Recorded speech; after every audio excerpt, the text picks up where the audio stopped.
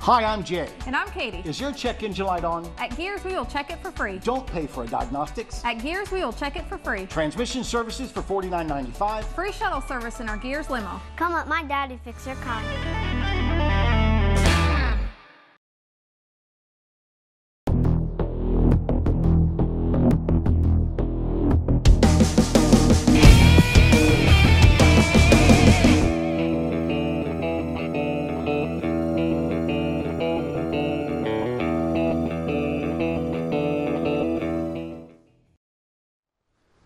The rise of independence. Independence with a T, that is. More Americans are identifying themselves as independent than ever before. Americans are ticked off at the Republican Party and the Democrat Party. I know I am. In fact, I recently became an independent, and you might have too. Tonight, let's talk to syndicated columnist Ron Hart about what that means for the future of American politics, the rise of independence.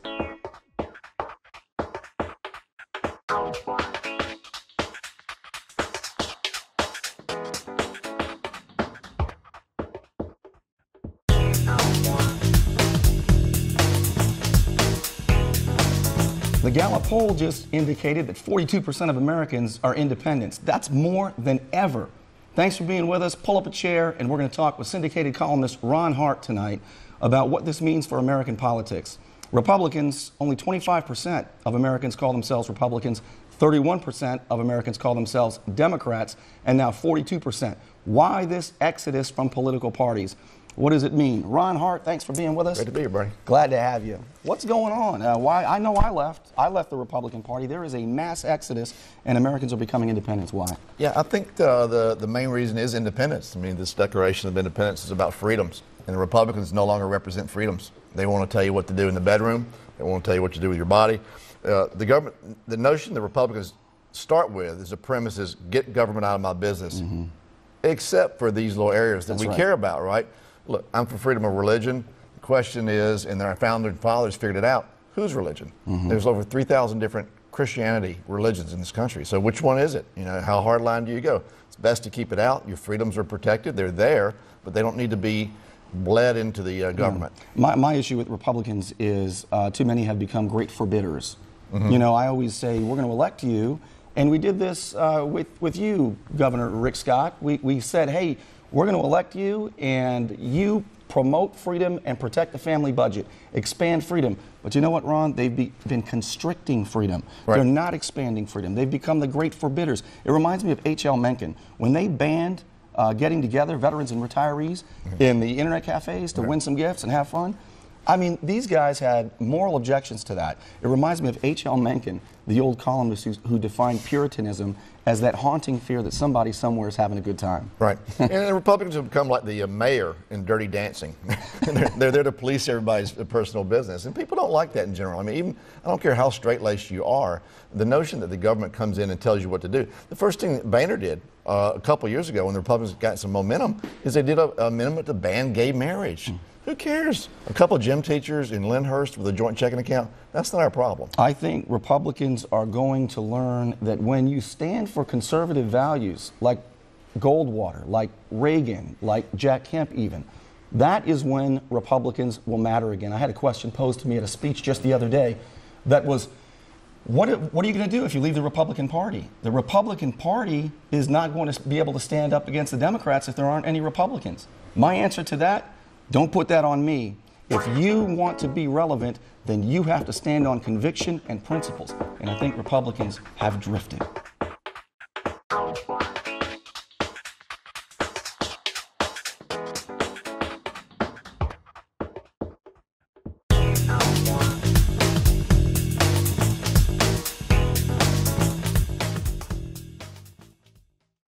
Hi, I'm Jay. And I'm Katie. At Gears, we're proud to offer you a complete transmission service starting at $49.95.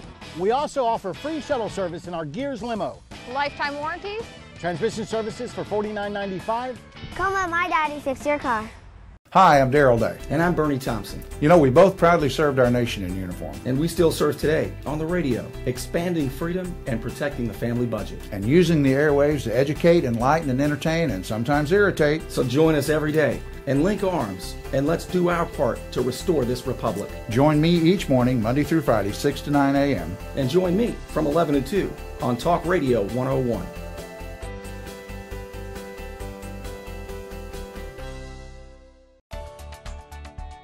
Hi, I'm Jay. And I'm Katie. Is your check engine light on? At Gears, we will check it for free. Don't pay for a diagnostics. At Gears, we will check it for free. Transmission services for $49.95. Free shuttle service in our Gears limo. Come let my daddy fix your car.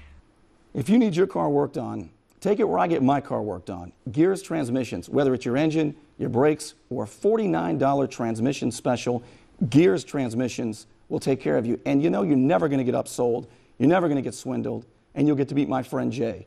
My good friend Jay, who, by the way, if you like what we're doing here on the Whiskey Rebellion, this is part of Gears Productions. Gears Transmissions you can find online at gearstransmissions.com or in Panama City near the mall, just about a mile up 231 toward Interstate 10. On your left, it's right by the Dollar General.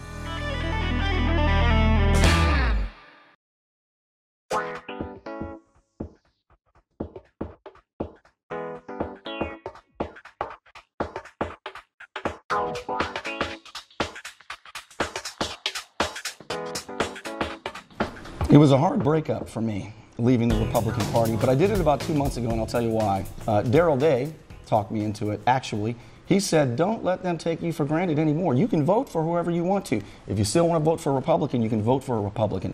And Sheriff Frank McKeithen's the other one. You know what he told me? He said he wished there weren't any political parties. He wished there was an American party. And I began to think about it. Wouldn't the no party affiliation, wouldn't independence be the American party? George Washington warned us against factions. He said parties would begin to care about themselves more than America. And here's what I asked myself. If everybody did what I'm about to do, would we be a better country? If everybody left the Republican Party and everybody left the Democrat Party and we just became Americans again, would we be a better country? I think so. What if everybody became Republicans? Would we be any better? What if everybody became Democrats? Would we be any better? But what if we stood together as Americans and stood on principle again? I'm telling you, the Republican Party is becoming obsolete, and the Democrat Party, well, we're starting to find out what the result is of having no opposition to big government policies. We're with syndicated columnist Ron Hart today, and I want to ask you a little bit about this, Ron. 42% of Americans now call themselves independents. Who's taking the biggest hit, Republicans or Democrats? Republicans. The Democrats are lemmings. They go whatever Pelosi and Reid tell them to do. They're there just for the money, for the government, for their careers. Most don't have other business opportunities. There's not a lot of demand for them outside government, so they're there for the party. That's why they're strong. Boehner has problems. He's got the Tea Party faction. He's got the Rhino faction. He's got issues pulling these folks together. And when you go to Washington, you can go there on the premise you just went. But when you get there, it becomes shirts and skins. John Boehner says, do you want a committee assignment? Yeah, well, you need to come toe the line on this bill. Pelosi and Reid say, you want this committee? You want me to do a fundraiser for you? This is what it takes. And when they get to Washington, it's very clear what you have to be. There's no room for independence. You get ostracized if you are. Well, I'll tell you what, I think Democrats have a purpose. I think they have a goal in mind. And it's my belief that what Democrats want to do is collapse capitalism under the great weight of entitlement spending so that we can have government plan it better. After all, capitalism is chaos. And I really believe that Democrats want to have more control, want government to have more control so that everybody will be better taken care of. And you know what the Republicans' goal, what the Republicans' plan is? Simply to get more votes. Right. And I'll prove it to you. Democrats are struggling with Obamacare, as Americans have to pay 2 or 3 times the price. We've got the IRS attacking Americans. We've got the Benghazi thing still not, we still haven't figured out what happened there, and nobody's been held accountable. So President Obama, the ringleader of the media, says anti-poverty. We've got to worry about, the gap between rich and poor. Right. Paycheck inequality. And do you know what the Republicans do? They chase behind him, and now they're talking about their anti-poverty plans. The Republicans aren't leading. Right. They're following wherever Obama sends them. Well, the problem is when Obama says something, the media picks up. All 95% of the media. Fox doesn't necessarily, but the rest of the media does. So wherever he says, Jay Carney and the White House press crew have a subsidiary, which is NBC, ABC, PMS, NBC, all these other people. And they go out there and do the bidding for the president. So whatever agenda item, now, remember who's going to pivot to jobs? Remember it was the summary recovery 3 years ago? Yeah. There's always a theme. Pivot. It's a little bit like the three-card Monte. You ever been in New York? You got to kind of distract people by doing this away from the other things. And it's the best thing that can happen to him. And what is equality? I mean, they have equality in Cuba. They have equality in Venezuela. They have, had equality in Russia before it broke up. So everybody was equally bad off. See, I think Republicans, first of all, shouldn't even be talking about it. They should set their own agenda. They should strike a stark contrast. But if you're going to talk about it, my goodness, make the point. There's no ethical problem, is there, with income inequality? Right. Income inequality signals that some jobs are more valuable than other jobs. Well, that's all. They call it equality, but they want equal outcomes, and they're going to try to rig the game where the most productive in our society is penalized and the least productive is supported. The safety net in America has become a safety hammock. People sit at home. 65% of African American men don't have jobs. It's 65%, and it's gotten worse. It's gotten worse under this president. Supposedly, this president is African American, supposed to help him. You know, rising tide lifts all boats, as Kennedy said. There's no way in the world. If he wants to take everybody down with equality, what happens is, if you want to narrow the gap, it'll narrow the gap in this trajectory. If you want to widen the gap, you can widen the gap. At least the bottom, being the lower end, goes up with the higher end. Well, I mean, take a look. I mean, we're not driving Pintos anymore. We're not driving Gremlins anymore. When an economy is free, like you said, everybody's standard of living rises. Right. But here's my frustration with the Republicans, and I really am frustrated and heartbroken with the Republicans. I have two beautiful little daughters and one ugly one, and they asked me, Daddy, why are they actually asked me this question: why are the different branches of government not checking each other? Well, the Senate is basically Obama's lapdog, but the House, what a powerful institution the House of Reprehensibles is. Right. Led by John Boehner. But they are not resisting, and they're not leading with a freedom agenda. And I think that's why people are leaving the Republican Party. Right, and the beneficiaries are Chris Christie, for example, who was the only Republican polling ahead of Hillary Clinton. That's the reason they went after him with this Bridgegate thing. Right. He was the only one polling ahead of Hillary because he's in the Northeast. Look, at the end of the day, to win the national elections, Republicans have to win Kentucky, Virginia, across that middle section. They got the South is solid Republican. And they've got to win that middle section. To win it, you have to have a more moderate view, a libertarian view. Rand Paul is my candidate, but I don't know how well he'll do because he's kind of bucked the Republican Party more than most. And this is another frustration I have. Republicans love to take the Constitution and use it as a truncheon to bludgeon Democrats with it. We're the Constitution guys. We're the Constitution guys. And then I see Governor Rick Scott regarding the rising flood insurance. The flood insurance is a national program. And prices are rising with the new bill that was just passed. And do you know what Governor Rick Scott said? Governor Rick Scott said, hey, President Obama, why don't you delay parts of it? Like you did it with Obamacare, you can do it with flood insurance. So now you've got the Republican governor of the state of Florida. Come on, Governor Scott. The president doesn't have that power. The president can sign the bill or veto the bill, but he must enforce the law. When you have Republicans saying, you did it for Obamacare, you can do it with rising flood insurance, Republicans are not standing on conviction or principle. Is that amazing to you? Yeah, they're going to have to, if you don't have a core belief, and if it doesn't permeate in everything you do, then you don't have that belief. These people are expedient. When they get there, it's an easy thing to do. And Democrats' favor, and over a long period of time it's been the Democrats' favor, Democrats are for everything. They'll never say no. So the government's got to be someone who says no to spending. I mean, you can do whatever you want to do in your personal life. You can separate your personal life. But on the spending side, you've got to balance the budget. And that's where the Republicans do well. Well, let's talk a little bit more about this. I also want to talk about medical marijuana in Florida. Good idea? Yes or no? With Ron Hart in just a minute.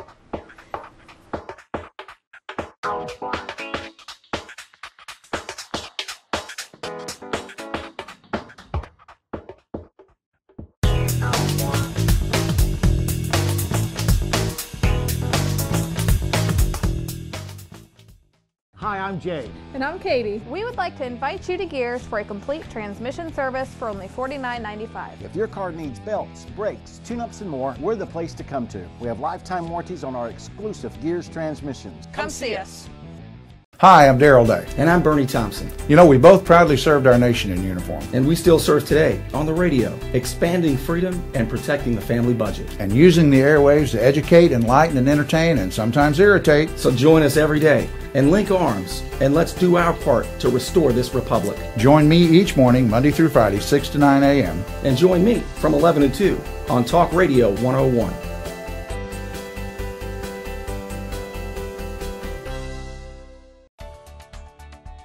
Hi, I'm Jay. And I'm Katie. Is your check engine light on? At Gears, we will check it for free. Don't pay for a diagnostics. At Gears, we will check it for free. Transmission services for $49.95. Free shuttle service in our Gears limo. Come let my daddy fix your car. Let's expand freedom and protect the family budget. You and me, right here every week. And if you like what we're doing, drop me a line at myfreedomradio.com. That's where you can email me and let me know your thoughts. On the Burnie Thompson Show, a Gears production.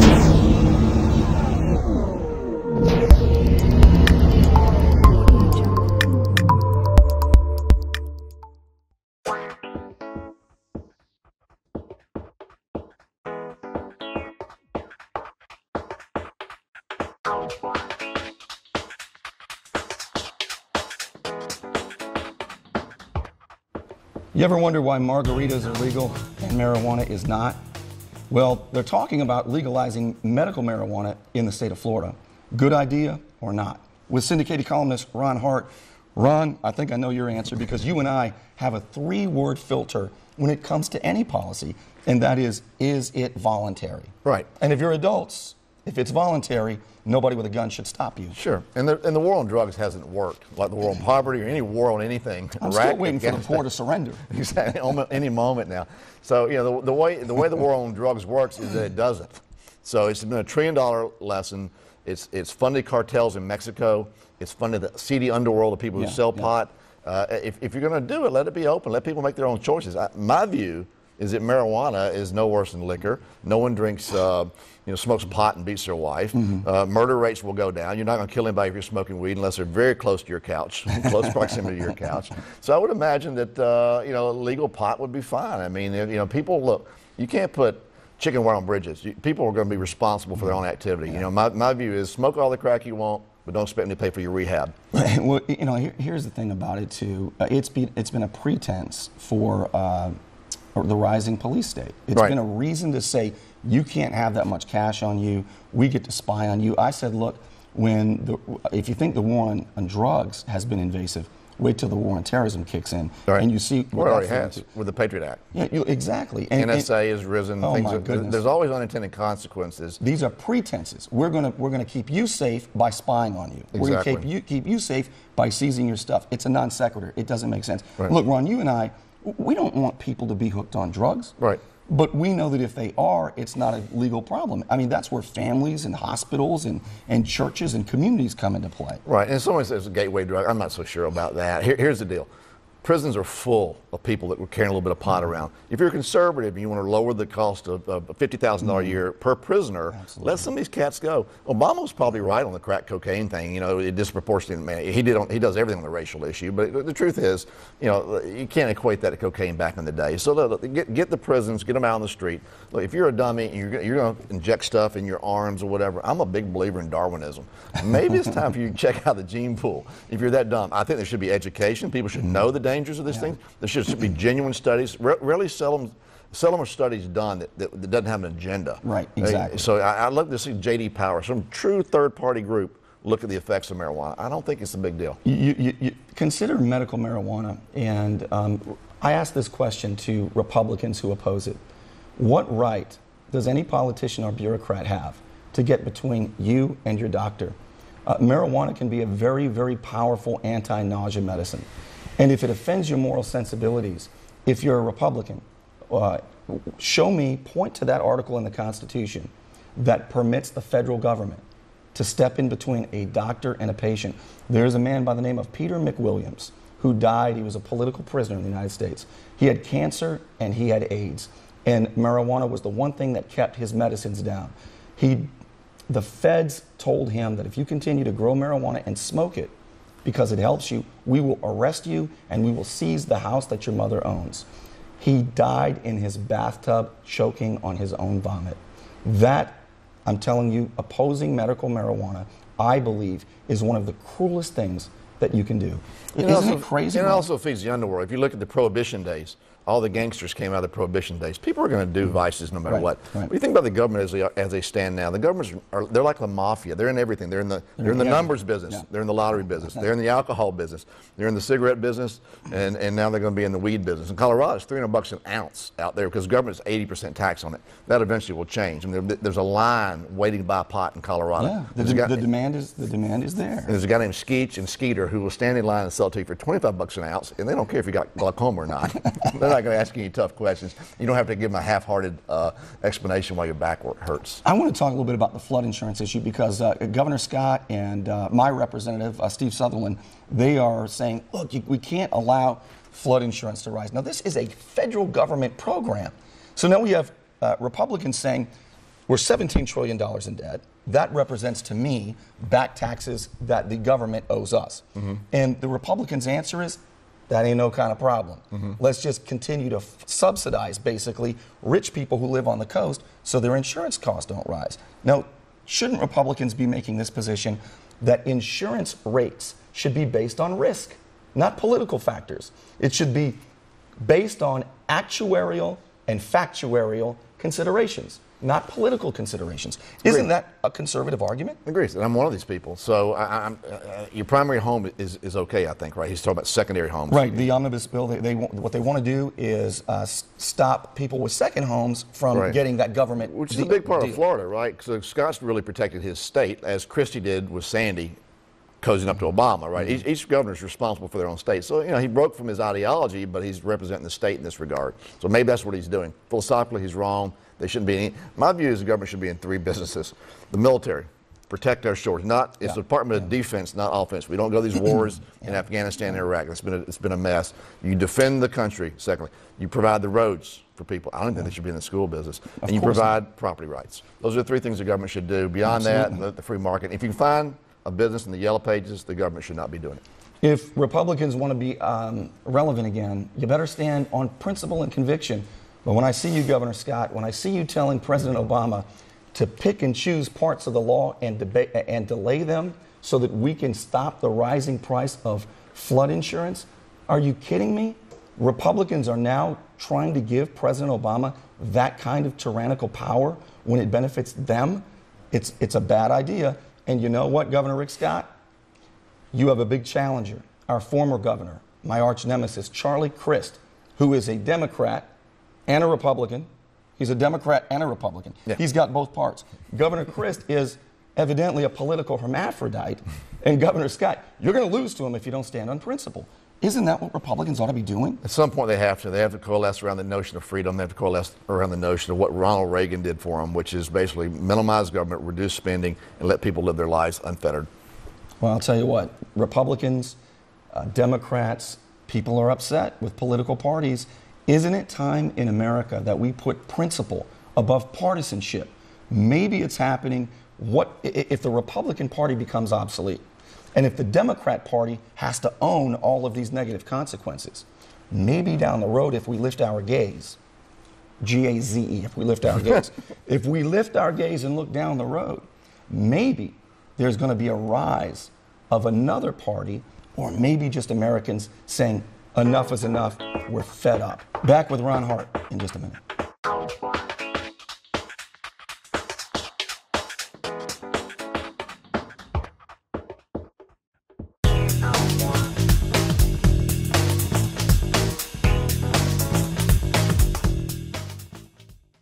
Hi, I'm Darrell Day. And I'm Burnie Thompson. You know, we both proudly served our nation in uniform. And we still serve today on the radio, expanding freedom and protecting the family budget. And using the airwaves to educate, enlighten, and entertain, and sometimes irritate. So join us every day and link arms, and let's do our part to restore this republic. Join me each morning, Monday through Friday, 6 to 9 a.m. And join me from 11 to 2 on Talk Radio 101.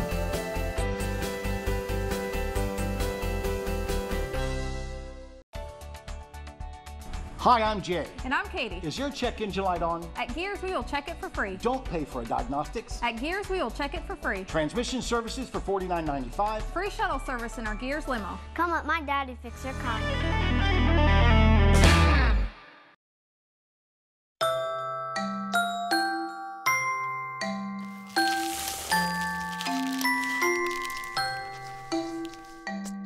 Kids will spend 8 minutes decorating their little brother.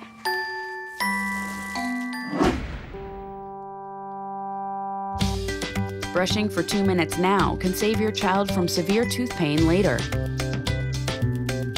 2 minutes, twice a day. They have the time.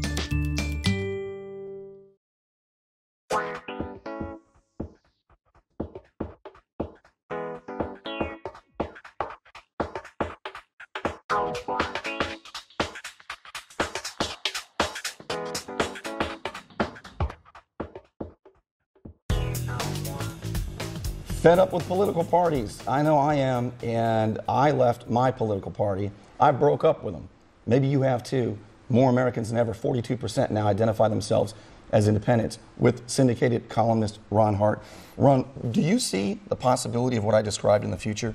Do you think the Republican Party is going to be obsolete and the Democrats are going to have to own their policies? Well, they got a marketing problem. You know, America is browning, and you got a rising Hispanic population, which is 13% going to wherever. Theoretically, the Republicans' agenda should align with illegal immigrants who are here for the freedoms, because they're mostly Catholic, they're mostly pro-life, they work hard, and social, they're very social conservatives. Right, and they're very family driven. For some reason, the Democrats will be able to co-opt that and convince them we're going to give you stuff for free. The big bribe. The big bribe. They have voter registration booths right at the Mexican border, right? So for some reason, they bought into that. I think a generation or two down the road, there's a pretty good chance, like Rubio and others, who the Hispanics eventually go back to the Republican Party for whatever reason, mostly their values, if they maintain their values. Most of them have businesses, they're entrepreneurs, they work hard, they're here for the American dream. We should be open to it. This is the anti-immigration view that I think scares a lot of them. Well, I'll tell you what, Senator Marco Rubio is one reason that I left the Republican Party. We helped him get elected, and he pledged, he promised, he said, if you elect me, I will not vote for amnesty. And he said at the time, making illegal aliens legal is amnesty. Well, we sent him to Washington, and he promptly joined a gang. He joined the Gang of Ocho. And then they said, hey, let's send Marco out. Let's send Marco out and for his gang initiation. And now Marco Rubio is pushing for amnesty. Now think about this. Do you know how bad this will be for American workers? Already 97% of new jobs in America are part-time jobs. But when they make illegal aliens legal, businesses will be able to hire them full-time and not have the pressures of Obamacare. Ron, final thoughts on Americans becoming independents? Well, I think there's a good trajectory going on right now. I think most people on the libertarian side are winning the battle. We're 5 to 7% of the population. You said 42% are independents. I think we are the swing vote. Hopefully both parties will at least listen to what we have to say on issues, because we are the difference. It's a third of the country, and Romney had it right. It's a third of the country that are Republicans, a third of the country are Democrats locked in no matter what happens, and the rest are at play. So to appeal to people at play, you have to focus on a theme, and that is freedom, independence, and personal responsibility. Well, hopefully Americans are going to link arms and say, forget political parties. Let's stand together as Americans for freedom. Thanks for being with us. I'll see you next week.